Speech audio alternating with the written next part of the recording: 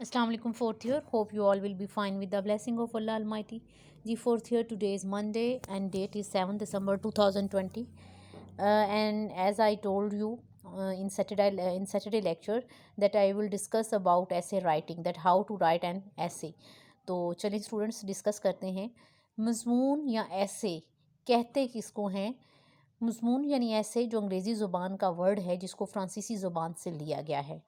मज़मून literature की एक ऐसी काइंड है जिसमें मज़मून लिखने वाला अपने एहसासात, जज्बात और ख़यालात को तहरीर करता है। इट मीन्स कि ऐसे में आपने अपनी फीलिंग्स को, अपने इमोशंस को और अपनी थिंकिंग को जो है वो लिखना होता है।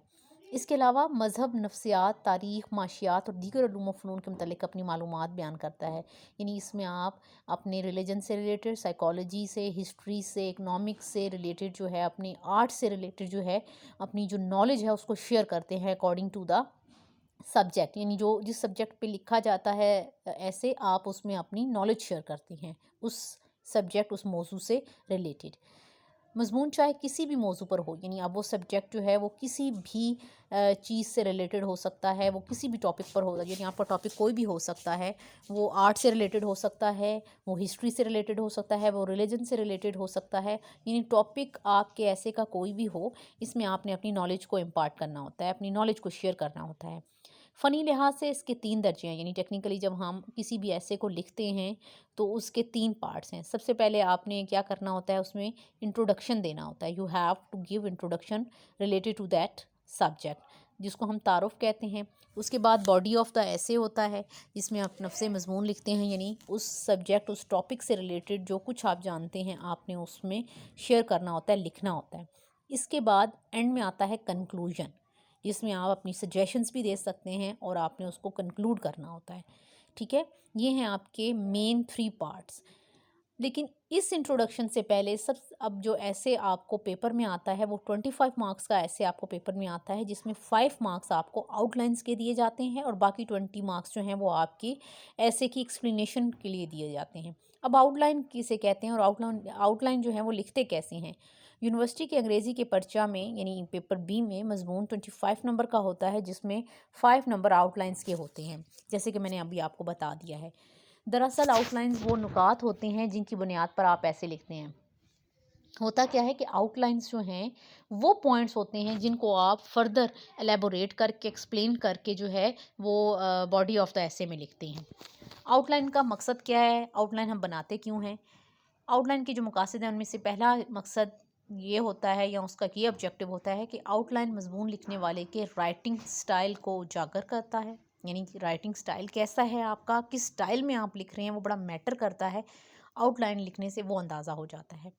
आउटलाइन लिखने से मजमून लिखने वाला आसानी से और तरतीब से मजमून लिख पाता है और पढ़ने में भी आसानी होती है।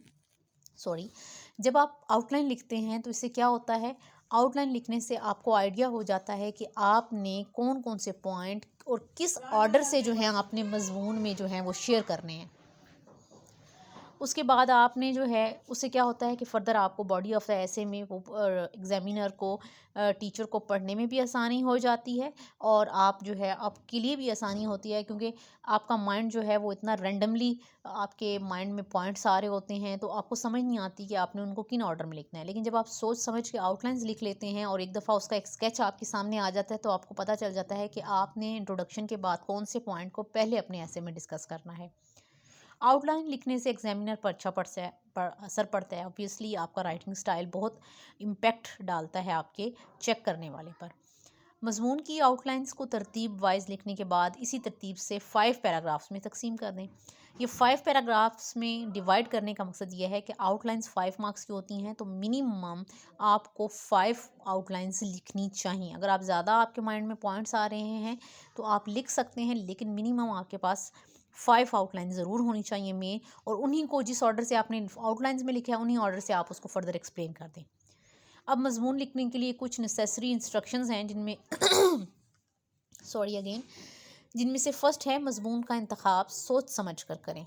यानी आपको 5 टॉपिक्स दिए जाते हैं आपके पेपर में कि आप इनमें से कोई से भी टॉपिक पर जो है वो अपना ऐसे लिखें। सबसे पहले तो आप उस पर अच्छा खासा सोचें, सोच विचार करें कि ऐसा कौन सा इस 5 टॉपिक में से ऐसा टॉपिक है जिस पर आपको अच्छी नॉलेज है, जिस पर आपकी अच्छी कमांड है और आप इसको लिख सकते हैं। جس کے متعلق آپ کے پاس نالج ہو، وسیع علم ہو۔ مضمون کے بعد آؤٹ لائن بنائیں اور ترتیب سے لکھیں، یہ بات ہم ڈسکس کر چکے ہیں۔ اہم باتوں کو نمایاں کر کے لکھیں، جو مین پوائنٹس ہوں آپ کے ایسے میں آپ ان کو انڈر لائن کر لیں یا مارکر سے لکھ لیں، ٹھیک ہے، اس سے کیا ہوگا، وہ پرومیننٹ ہو جائیں گی۔ ایک ہی بات کو بار بار مت لکھیں، it means that you have to avoid repetition نہیں کرنی سینٹینسز کی، اس سے جو ہے وہ بیڈ امپیکٹ پڑتا ہے، نیگیٹو مارکنگ بھی ہو سکتی ہے۔ اور نمبر 5، مضمون میں جو ہے وہ مناسب اشعار، ضرب الامثال کا استعمال بھی کر سکتے ہیں۔ اٹ مینس کہ ایسے میں آپ جو ہیں وہ کوٹیشنز مارک کر سکتے ہیں، آپ کو اس سے کوئی ریلیٹڈ اشعار آتے ہیں، کچھ کوٹس آتی ہیں، کچھ کوٹیشنز ہیں، کچھ کپلٹس ہیں، تو آپ اس کو اس میں لکھ سکتے ہیں، ٹھیک ہے، اس میں کوئی مسئلہ نہیں ہے، بلکہ یہ ایک اچھا امپیکٹ پڑے گا اور اچھے طریقے سے آپ کا ایسے ایکسپلین ہو جائے گا۔ تو بیٹا آپ نے ان کو دوبارہ سے پڑھنا ہے، اچھے طریقے سے دوبارہ اس لیکچر کو سننا ہے اور ان باتوں کو آپ نے ذہن میں بٹھا لینا ہے۔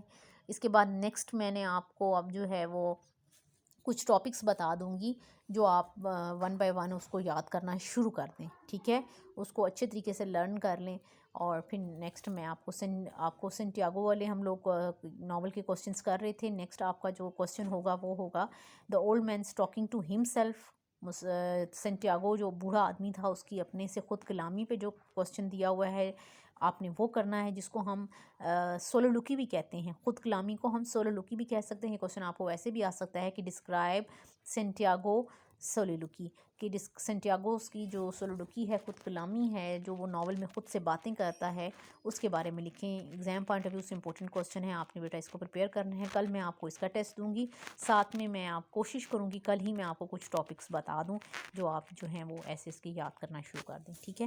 ٹل دین اللہ حافظ، ہیو اے نائس ڈے۔